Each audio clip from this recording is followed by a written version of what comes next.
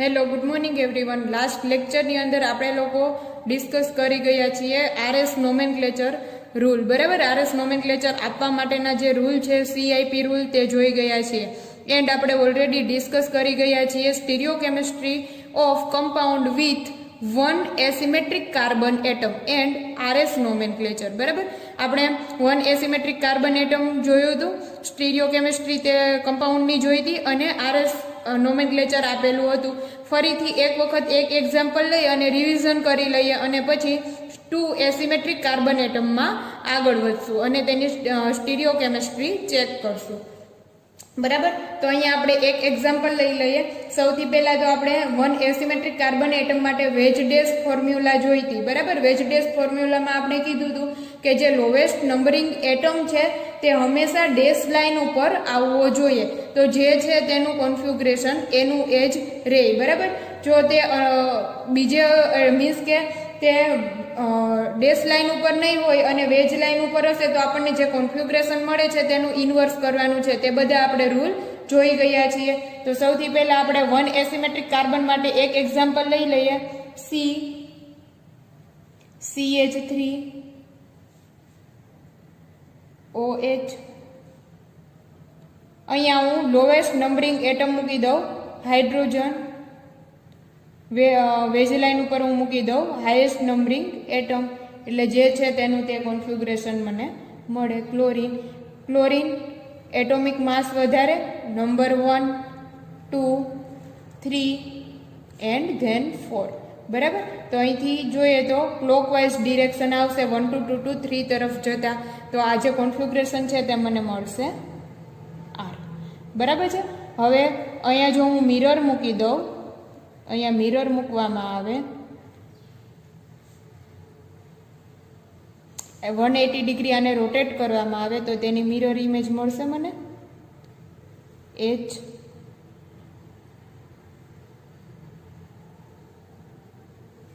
Cl, CH3, OH. Numbering આપશું 1, 2, 3 and then 4. Direction જોશું, anti clockwise direction છે. બરાબર, એટલે તેને કહેશું S. આજે જોશું તો આ એકબીજાની મિરર ઇમેજ તો છે પણ એકબીજામાં સુપર ઇમ્પોઝ થઈ શકતા નથી. જેમ કે મારા હાથ સુપર ઇમ્પોઝ થઈ શકશે નહીં, અંગૂઠા બહાર રહે છે. બરાબર, તો આ જે છે તે એકબીજાના એનાન્સિયોમર છે.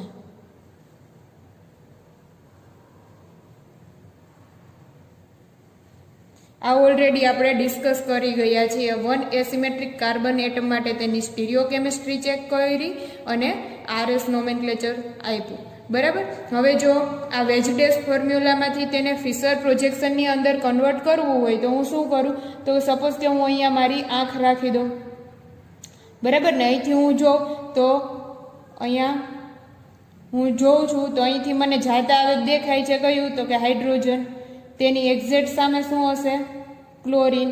ધેન CH3 એક જ લાઇનમાં, OH એક જ લાઇનમાં. બરાબર, બને છે એક જ પ્લેનની અંદર છે. તો અહીંથી જો હું નંબરિંગ આપીશ તો અહીંયા આપીશ 1, આને આપીશ 2 અને આ છે 3. બરાબર, 1 2 2 2 3 તરફ જોઈએ તો અહીંથી જો જોઈએ તો એન્ટી ક્લોકવાઇઝ છે. બટ હાઇડ્રોજન ક્યાં છે? અહીંયા હાઇડ્રોજનની પોઝિશન જોવી ખૂબ જ જરૂરી છે. હાઇડ્રોજન હોરિઝોન્ટલ લાઇનમાં છે તો જે કોન્ફિગ્રેશન આવે તેનું ઇન્વર્સ ધી કોન્ફિગ્રેશન, તેનું ઇન્વર્સ કરવું પડે. બરાબર, એટલે આપણને દેખાય છે S, બટ ખરેખર એ હશે કયું? આ જે અહીંયા છે. બરાબર, એવી જ રીતે હું જો અહીંથી આંખ રાખી દઉં તો હું અહીંયા મૂકીશ પ્લસ. બરાબર, અહીંથી જાતા આવે મને દેખાશે હાઇડ્રોજન, એની એક્ઝેક્ટ સામે દેખાશે chlorine, then CH3 and OH as it is. બરાબર, હવે હું નંબરિંગ આપીશ 1, 2, 3. તો અહીંયા હું જોઈશ તો 1 2 2 2 3 તરફ જાઉં તો મને દેખાય છે R, બટ ખરેખર એ હશે કયું? S, કારણ કે હાઇડ્રોજન ક્યાં આવેલું છે? હોરિઝોન્ટલ લાઇન ઉપર આવેલો છે. જો હાઇડ્રોજન હોરિઝોન્ટલ લાઇન ઉપર હોય તો ઇન્વર્સલી કોન્ફિગ્રેશન, જો હાઇડ્રોજન વર્ટિકલ લાઇન ઉપર હશે તો એઝ ઇટ ઇઝ કોન્ફિગ્રેશન. આ ઓલરેડી આપણે જોઈ ગયા છીએ. બરાબર. RS નોમેનક્લેચર સિસ્ટમ અને તેની સ્ટીરિયો કેમેસ્ટ્રી જોઈ 1 એસિમેટ્રિક કાર્બન એટમ માટે. આપણે અહીંયા એનાન્સિયોમર જનરેટ થયા. બરાબર. તો હવે આપણે આગળ વધશું 2 એસિમેટ્રિક કાર્બન એટમ. ખાસ 2 એસિમેટ્રિક કાર્બન એટમની અંદર તમને એક એક્ઝામ્પલ કરાવીશ. અત્યારે આપણે લઈ લઈએ 2 એસિમેટ્રિક કાર્બન એટમનું એક એક્ઝામ્પલ લઈ લઈએ. ડાયરેક્ટ હું ફિશર પ્રોજેક્શન ડ્રો કરું છું. CH3 C2 CH2 CH3 C2H5. બરાબર. અહીંયા છે હાઇડ્રોજન બ્રોમિન, અહીંયા છે હાઇડ્રોજન બ્રોમિન.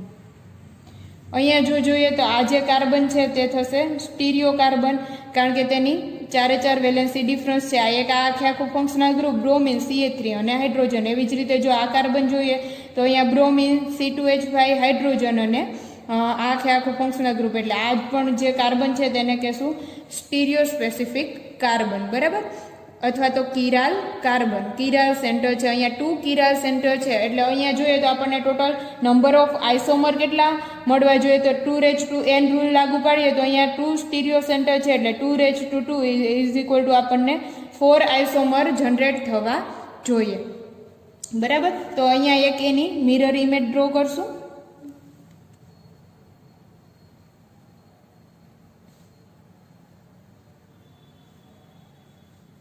CH3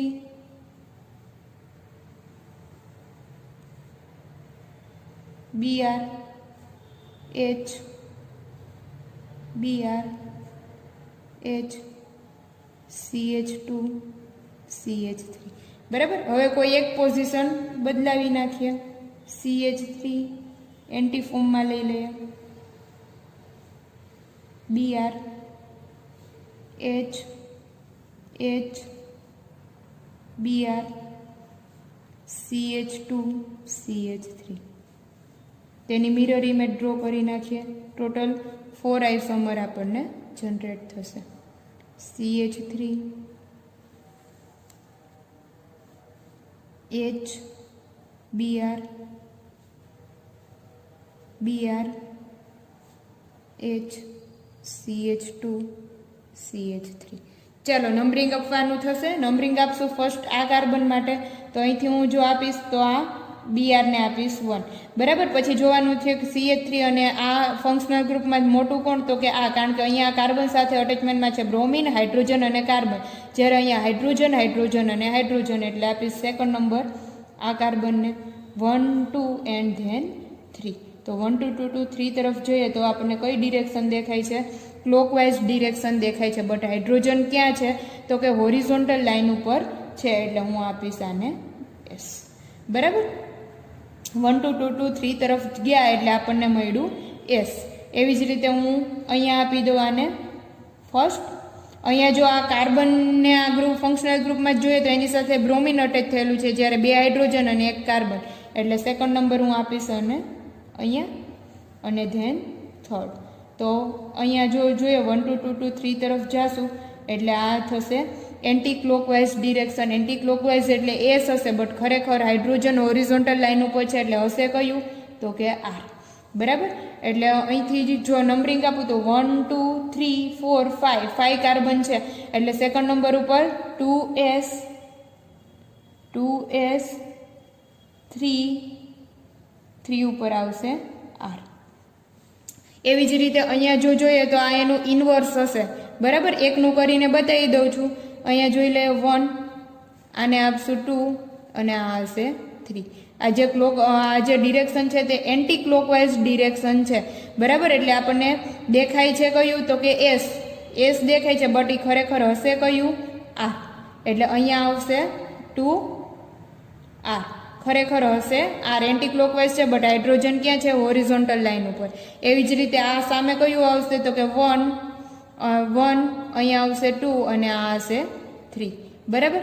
એટલે આ જે ડિરેક્શન છે તે કઈ છે તો કે ક્લોકવાઇઝ ડિરેક્શન છે. એટલે દેખાય છે આર બટ ખરેખર હશે કયું? એસ. 3s. જો અહીંયા જોઈએ આપણે RS નોમેનક્લેચર વાઇઝ તો 2s 2r 3r 3s. બરાબર. ઇન્વર્સલી કોન્ફિગ્યુરેશન છે, એકબીજાની મિરર ઇમેજ છે. અહીંયા ઇન્વર્સલી કોન્ફિગ્યુરેશન છે અને એકબીજામાં સુપર ઇમ્પોઝ પણ થઈ શકતા નથી, તો તે A અને B સ્ટ્રક્ચર એકબીજાના થશે એનાન્સિયોમર.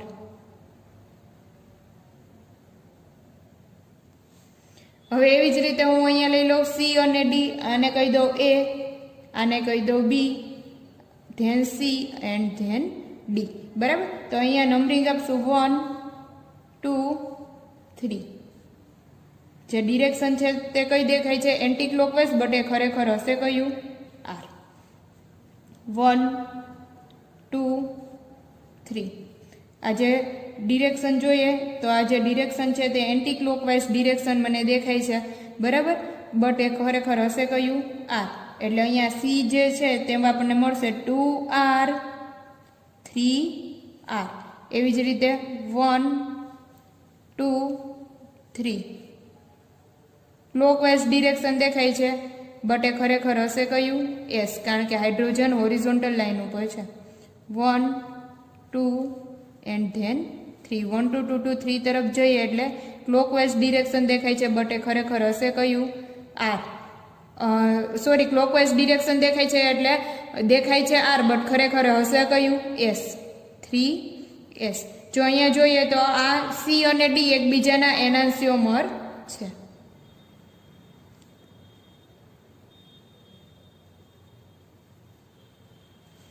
બરાબર.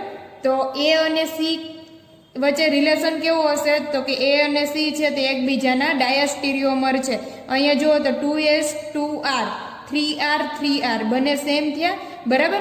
એટલે તે એકબીજાની મિરર ઇમેજ પણ નથી અને તે એકબીજામાં સુપર ઇમ્પોઝ પણ થઈ શકતા નથી. તો તે એકબીજાના જે બે આઇસોમર છે તેને શું કહી શકીએ તો કે તે બંને એકબીજાના ડાયાસ્ટીરિયોમર આપણે કહી શકીએ.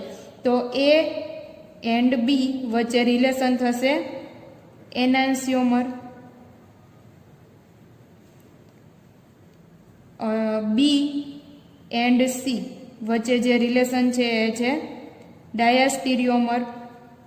B એન્ડ D વચ્ચે જે રિલેશન છે એ છે ડાયાસ્ટીરિયોમર. A એન્ડ C વચ્ચે જે રિલેશન છે એ છે ડાયાસ્ટીરિયોમર. A એન્ડ D વચ્ચે જે રિલેશન છે એ છે ડાયાસ્ટીરિયોમર.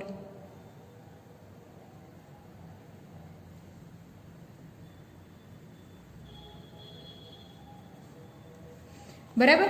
હવે એક રિલેશન રહી ગયો C and D. C and D વચ્ચે જે રિલેશન છે એ છે એનાન્સિયોમર. તો અહીંયા A and C diastereomer, A and D diastereomer, A and B enantiomer, B and C diastereomer. Carbon atom direct draw કરશું આપણે ફિશર પ્રોજેક્શનમાં એટલે આપણને ઇઝી પડે.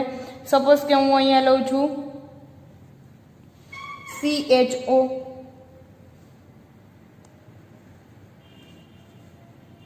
HOH,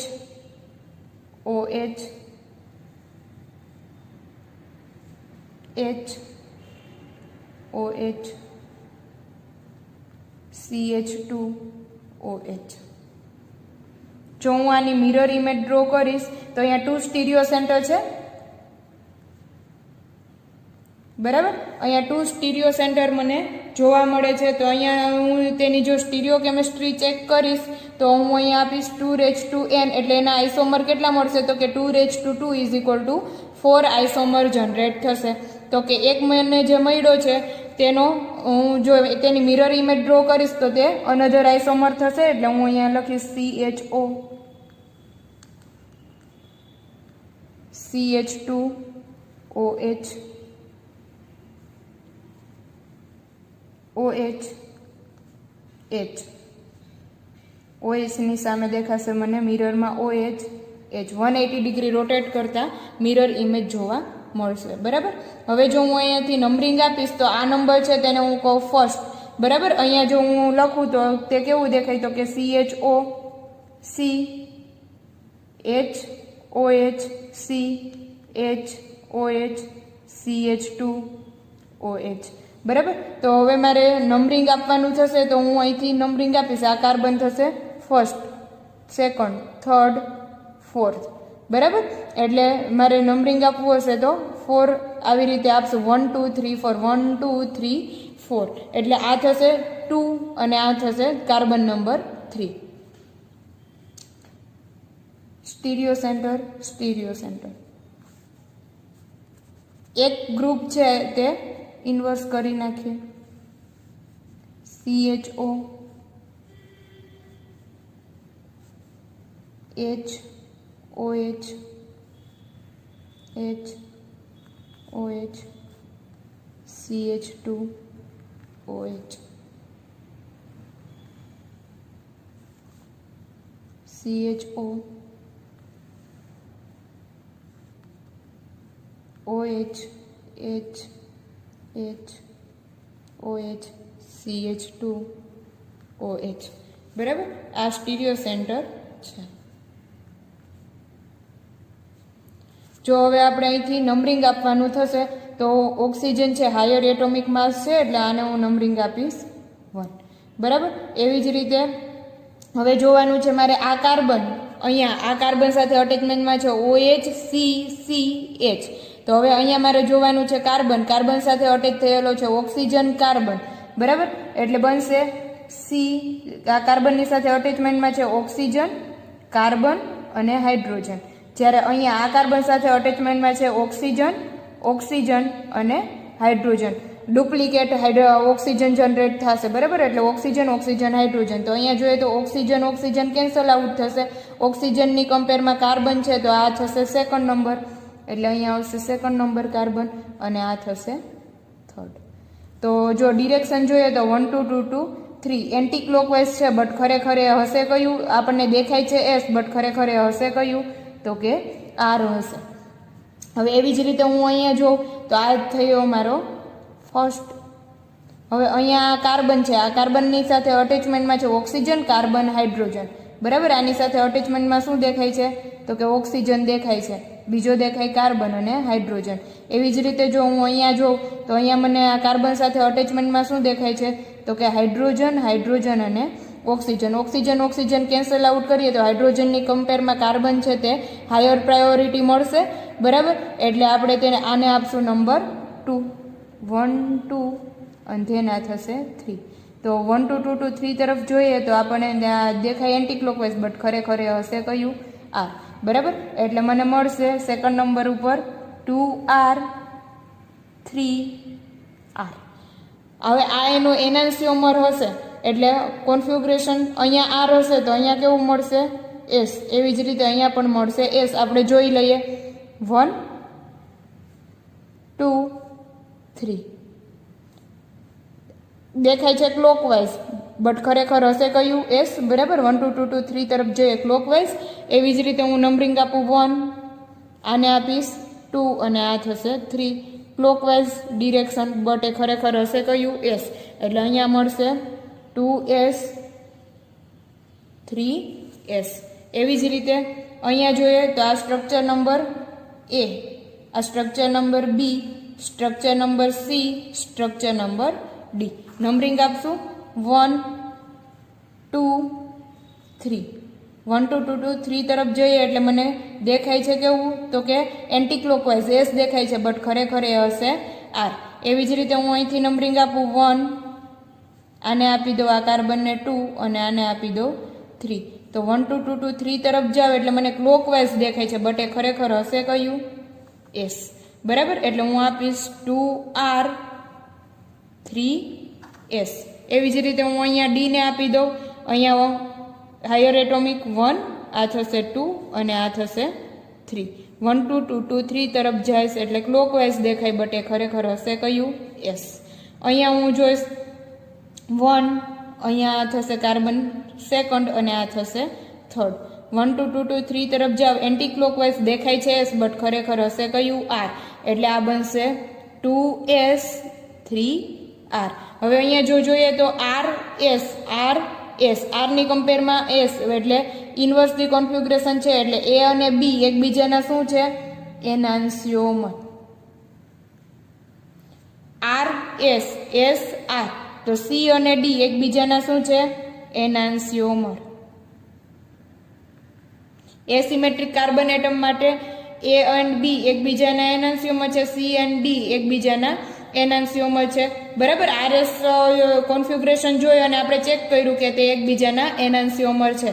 હવે ડાયસ્ટીરિયોમર કોને કહેવાય? તો કે જે એકબીજાની મિરર ઇમેજ પણ નથી અને જે એકબીજામાં સુપર ઇમ્પોઝ પણ થઈ શકતા નથી, તો આપણે એકબીજાને કહી શકીએ તેના ડાયસ્ટીરિયોમર. તો એ અને સી વચ્ચે કેવો રિલેશન? એ એન્ડ સી એકબીજાના શું થશે? તો કે ડાયસ્ટીરિયોમર થશે.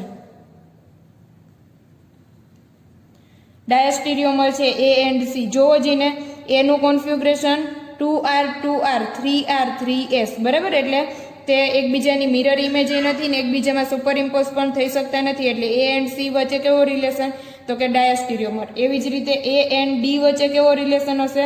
તો કે ડાયસ્ટીરિયોમર. એવી જ રીતે બી અને સી વચ્ચે, બી અને સી વચ્ચે કેવો રિલેશન હશે? તો કે ડાયસ્ટીરિયોમર. એવી જ રીતે બી અને ડી વચ્ચે, બી એન્ડ ડી એકબીજાના શું થશે? ડાયસ્ટીરિયોમર થશે. બરાબર, આ રીતે આપણે એસિમેટ્રિક કાર્બન એટમ માટે ચેક કરવાનું રહેશે કોન્ફિગ્રેશન. અહીંયા 2n ટાઈમ આઇસોમર આપણને જનરેટ થાય, બટ મેસો કમ્પાઉન્ડ છે તેમાં જે મેસો કમ્પાઉન્ડ છે તેની અંદર રેર કેસમાં આવે છે, તેમાં 2n આઇસોમર જનરેટ આપણે કરી શકશું નહીં. બરાબર, તે શું કામ એવું થશે? તો કે તેની અંદર પ્લેન ઓફ સિમેટ્રી જોવા મળશે, જેને લીધે પ્લેન ઓફ સિમેટ્રી જોવા મળે તેથી તે સ્ટીરિયો સ્પેસિફિકલી ઇનએક્ટિવ કમ્પાઉન્ડ દેખાશે. એક આઇસોમર છે તે સ્ટીરિયો સ્પેસિફિકલી ઇનએક્ટિવ રહેશે. બરાબર, જેને લીધે આપણે તેને કહેશું મેસો કમ્પાઉન્ડ. એ મેસો કમ્પાઉન્ડ છે તેમાં 2n રૂલ જે છે તે ફોલો કરી શકશું નહીં અને તે એસિમેટ્રિક કાર્બન એટમ એસિમેટ્રિક કાર્બન એટમ તો છે બટ તે સ્ટીરિયો સ્પેસિફિકલી ઇનએક્ટિવ છે. અહીંયા આપણે એવું કહી શકીએ કે આ જે છે ચારે ચાર આઇસોમર તે સ્ટીરિયો સ્પેસિફિકલી એક્ટિવ કમ્પાઉન્ડ છે, જ્યારે મેસો કમ્પાઉન્ડની અંદર એક આઇસોમર છે તે સ્ટીરિયો સ્પેસિફિકલી ઇનએક્ટિવ. ચલો, 2 સ્ટીરિયો સ્પેસિફિક કાર્બન એટમ માટે આપણે લઈ લઈએ another example, meso compound.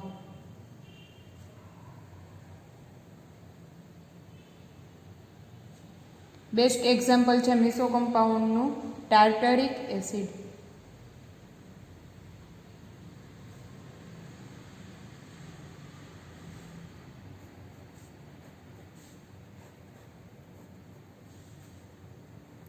COOH HOH HOH COOH. Mirror image draw કરશું.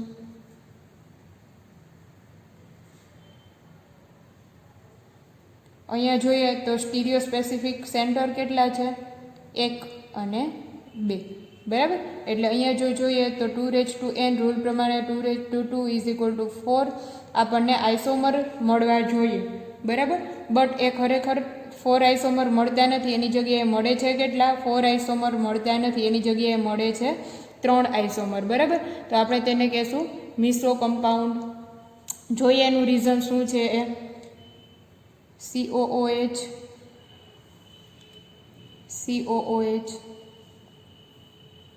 OH HOH.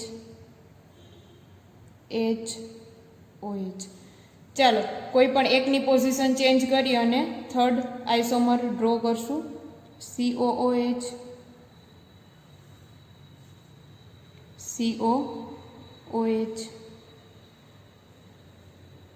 લઈ લઈએ.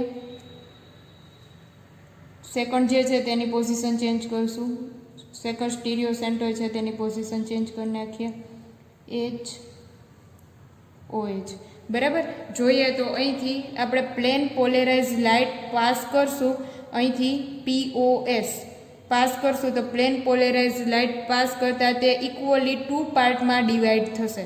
બરાબર, એટલે આ જે કમ્પાઉન્ડ છે તે સ્ટીરિયો સ્પેસિફિકલી ઇનએક્ટિવ કમ્પાઉન્ડ છે.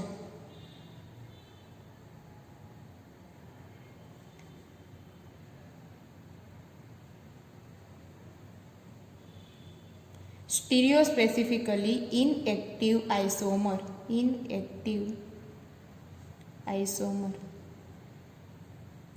બરાબર.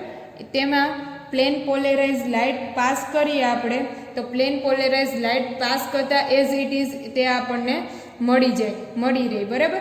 એટલે તે સ્ટીરિયો સ્પેસિફિકલી ઇનએક્ટિવ છે, તે ઓપ્ટિકલી ઇનએક્ટિવ આઇસોમર છે, ઓપ્ટિકલી ઇનએક્ટિવ આઇસોમર.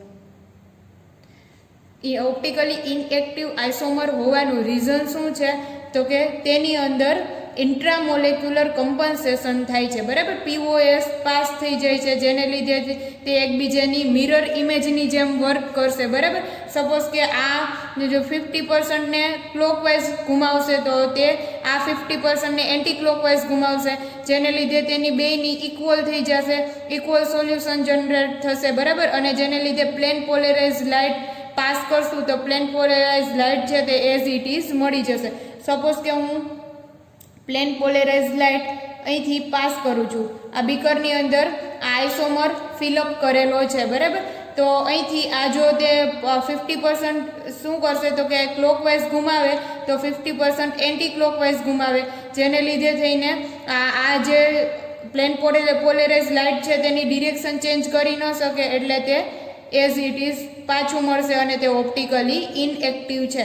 થાય છે શું તો કે ઇન્ટ્રામોલેક્યુલર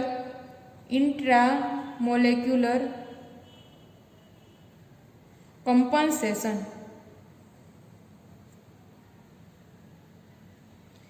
આ જે આઇસોમર છે તેની અંદર ઇન્ટ્રામોલેક્યુલર કમ્પન્સેશન થતું હોવાથી તે ઓપ્ટિકલી ઇનએક્ટિવ છે, અથવા તો એવું કહી શકીએ તે સ્ટીરિયો સ્પેસિફિકલી ઇનએક્ટિવ આઇસોમર છે. જ્યારે અહીંયા આ બંને આઇસોમર જો આપણે જોઈએ, સપોઝ કે જો હું આની મિરર ઇમેજ ડ્રો કરું, મિરર ઇમેજ આની જો ડ્રો કરવામાં આવે તો તે મિરર ઇમેજ આ જે કમ્પાઉન્ડ છે તેવી જ તે મિરર ઇમેજ જોવા મળે. એટલે કે તે અહીંયા જો જોઈએ તો એનાન્સિયોમર કોને કહેવાય તો કે તે એકબીજાની મિરર ઇમેજ તો છે, બટ તે એકબીજામાં સુપર ઇમ્પોઝ થઈ શકતા નથી, non super impossible mirror image, તે એકબીજામાં સુપર ઇમ્પોઝ થઈ શકતા નથી. જ્યારે આની જો મિરર ઇમેજ ડ્રો કરવામાં આવે તો આ જે કમ્પાઉન્ડ છે તેવો જ કમ્પાઉન્ડ મળશે, એટલે તે આઇડેન્ટિકલ કમ્પાઉન્ડ મળશે, આઇડેન્ટિકલ આઇસોમર જનરેટ થશે, બરાબર.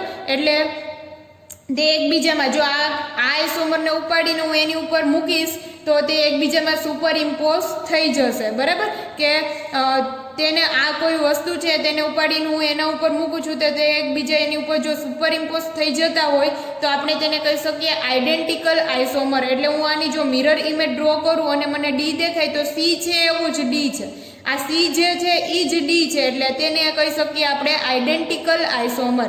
અહીંયા લખું સી અને ડી, આ જે સી છે એવું જ ડી છે, ડી છે એવું સી છે, તેને આ ડીને ઉપાડીને સીની ઉપર મૂકીશ તો તે સુપર ઇમ્પોઝ થઈ જશે, બરાબર. તો સી અને ડી વચ્ચે જે રિલેશન છે તે કેવો રહેશે તો કે આઇડેન્ટિકલ આઇસોમર છે. જો આનું કોન્ફિગ્યુરેશન ક્લોકવાઇઝ હશે તો ડીનું કોન્ફિગ્યુરેશન પણ ક્લોકવાઇઝ હશે, આ સ્ટીરિયો સેન્ટરનું કોન્ફિગ્યુરેશન એન્ટી ક્લોકવાઇઝ હશે તો ડીના જે નીચેના જે સેકન્ડ સ્ટીરિયો સેન્ટર છે તેનું કોન્ફિગ્યુરેશન પણ એન્ટી ક્લોકવાઇઝ રહેશે. એક્ઝામ્પલ આપું છું, બરાબર. કે ફર્સ્ટ સ્ટીરિયો સેન્ટરનું ક્લોકવાઇઝ તો અહીંયા પણ ફર્સ્ટનું ક્લોકવાઇઝ, અહીંયા પણ એન્ટી ક્લોકવાઇઝ તો અહીંયા પણ એન્ટી ક્લોકવાઇઝ. એટલે જેવું છે તેવું જ બંને એક જ કમ્પાઉન્ડ છે, સી છે એ જ ડી છે અને ડી છે એ જ સી છે. તો એ જે કમ્પાઉન્ડ છે એને એ જે આઇસોમર છે તેને આપણે કહી શકીએ આઇડેન્ટિકલ આઇસોમર. એટલે સી અને ડી વચ્ચે જે રિલેશન થાય આનો જો હું મિરર ઇમેજ ડ્રો કરું તો આની આ જ મિરર ઇમેજ આપણને જોવા મળે, બરાબર. તો તે જે સી અને ડી વચ્ચે રિલેશન છે તે કેવો રિલેશન કહેવાય તો કે આઇડેન્ટિકલ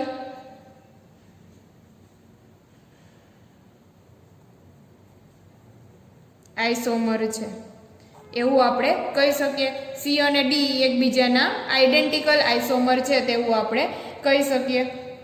અહીંયા એ અને બી વચ્ચે કેવો રિલેશન રહેશે તો કે જોઈ લઈએ. અહીંથી નંબરિંગ આપશું 1 than second and then third, 1 2 2 2 3 તરફ જઈએ એન્ટી ક્લોકવાઇઝ આપણને દેખાય છે, બટ એ ખરેખર હશે આ. ફરીથી 1 2 2 2 3 તરફ જશું એન્ટી ક્લોકવાઇઝ ડિરેક્શન છે, દેખાય છે એન્ટી ક્લોકવાઇઝ એટલે એસ, બટ ખરેખર હશે આર, કારણ કે હાઇડ્રોજન હોરિઝોન્ટલ લાઇન ઉપર છે એટલે 2R 3R. તેની મિરર ઇમેજ છે એટલે આ હશે 2S 3S. ચાલો જોઈ લઈએ 1 2 3. રોટેશન આપશું ક્લોકવાઇઝ, બટ ખરેખર હશે કયું એસ, કારણ કે હાઇડ્રોજન છે તે હોરિઝોન્ટલ લાઇન ઉપર છે. 1 2 3 દેખાય છે ક્લોકવાઇઝ, બટ ખરેખર હશે કયું એસ, બરાબર, કારણ કે હાઇડ્રોજન હોરિઝોન્ટલ લાઇન ઉપર છે. તો અહીંયા જોવો જઈને આરની એક્ઝેક્ટ એસ આવે છે, આરની એક્ઝેક્ટ સામે એસ આવે છે, ઇન્વર્સ ડિકોન્ફિગ્યુરેશન આવે છે. એટલે એ અને બી વચ્ચે રિલેશન કેવો હશે, તો કે તે એકબીજાના એનાન્સિયોમર છે. આ જે બે આઇસોમર છે તે એકબીજાના એનાન્સિયોમર છે. જ્યારે આ આઇસોમર છે તે સ્ટીરિયો સ્પેસિફિકલી ઇનએક્ટિવ છે. સી છે એ ડી છે અને ડી છે એ જ સી છે, બરાબર. એટલે તેને કહેશું આઇડેન્ટિકલ આઇસોમર. અને 4 આઇસોમર મળવાની જગ્યાએ આપણને 3 આઇસોમર મળે છે. એમાંનો જે થર્ડ આઇસોમર, એમાંનો જે એક આઇસોમર છે તે ઓપ્ટિકલી ઇનએક્ટિવ છે એ ઇન્ટ્રામોલેક્યુલર કમ્પન્સેશનને લીધે, તો આપણે તેને કહેશું મિસો કમ્પાઉન્ડ. એટલે જ્યારે આપણે સાવ સ્ટાર્ટિંગનો ફર્સ્ટ લેક્ચર છે તેમાં મેં તમને એવું કીધું હતું કે જ્યારે વન સ્ટીરિયો સેન્ટર હશે ત્યારે જો તેની 4 વેલેન્સી ડિફરન્ટ હોય તો એવું કહી શકીએ કે વન સ્ટીરિયો સેન્ટર માટે જે કમ્પાઉન્ડ છે સ્ટીરિયો સેન્ટર છે તો તે કમ્પાઉન્ડ સ્ટીરિયો સ્પેસિફિકલી એક્ટિવ અથવા તો તે કમ્પાઉન્ડ કિરાલ કમ્પાઉન્ડ છે એવું કહી શકીએ. બટ એક કરતાં વધારે સ્ટીરિયો સેન્ટર માટે કિરાલ સેન્ટર હોવા છતાં પણ તે સ્ટીરિયો સ્પેસિફિકલી ઇનએક્ટિવ કમ્પાઉન્ડ થાય છે. એટલે આપણે એવું જરાય કહી ન શકીએ કે અહીંયા પણ જો જોઈએ તો આ કાર્બનની 4 વેલેન્સી ડિફરન્ટ છે, આ કાર્બનની 4 વેલેન્સી ડિફરન્ટ છે. એટલે આપણે એવું કહી ન શકીએ. અહીંયા જોઈએ તો 2 સ્ટીરિયો સેન્ટર છે, બરાબર. સ્ટીરિયો સેન્ટર છે, કિરાલ સેન્ટર હોવા છતાં પણ આ કમ્પાઉન્ડ કિરાલ કમ્પાઉન્ડ નથી. કિરાલ સેન્ટર છે છતાં પણ આ કમ્પાઉન્ડમાં કિરાલિટી આવતી નથી. ત્યારે કીધું હતું કે એક સ્ટીરિયો સેન્ટર હશે તો ઠીક છે કે સ્ટીરિયો સેન્ટર છે તો તે કમ્પાઉન્ડ છે તે સ્ટીરિયો સ્પેસિફિકલી એક્ટિવ કમ્પાઉન્ડ છે તે કિરાલ કમ્પાઉન્ડ કહેવાય. એટલે કે કાયરાલ કાર્બન છે તે કાયરાલ કમ્પાઉન્ડ હશે એવું જરાય જરૂરી નથી. એક કાર્બન માટે હશે, બટ એક કરતાં વધારે જ્યારે કાર્બન હશે ત્યારે આપણે એવું કહી ના શકીએ કે જો તે કાર્બનની અંદર સ્ટીરિયો સેન્ટર પ્રેઝન્ટ હશે, તે કિરાલ સેન્ટર પ્રેઝન્ટ હશે તો તે કમ્પાઉન્ડ કિરાલ કમ્પાઉન્ડ છે જ. બટ જ્યારે કિરાલ કમ્પાઉન્ડ હશે તો તેની અંદર કિરાલ કાર્બન હશે જ, બરાબર. ત્યારે મેં એવું કીધું હતું. તો તે આપણે આ પોઈન્ટ ઓફ વ્યૂથી આપણે તે સ્પેસિફાઈ કરીએ છીએ કે ભાઈ મિસો કમ્પાઉન્ડની અંદર એક આઇસોમર એવો છે કે જેની અંદર 2 સ્ટીરિયો સેન્ટર છે, 2 કિરાલ સેન્ટર પ્રેઝન્ટ હોવા છતાં તે કમ્પાઉન્ડ છે તે સ્ટીરિયો સ્પેસિફિકલી ઇનએક્ટિવ છે. તે કિરાલિટી આ કમ્પાઉન્ડની અંદર કે આ આઇસોમરની અંદર કિરાલિટી આવતી નથી, બરાબર. તે કિરાલ કમ્પાઉન્ડ ગણાતો નથી. અહીંયા જો કિરાલ કાર્બન પ્રેઝન્ટ છે છતાં પણ આ કમ્પાઉન્ડની અંદર કિરાલિટી આવતી નથી. બટ જે કમ્પાઉન્ડની અંદર કિરાલિટી આવશે એ કમ્પાઉન્ડની અંદર સ્ટીરિયો સ્પેસિફિક કાર્બન એટલે કે કિરાલ કાર્બન પ્રેઝન્ટ હશે જ. તે આપણે આ પોઈન્ટ છે આપણે મિસો કમ્પાઉન્ડ થ્રુ સ્પેસિફાઈ કરીએ છીએ.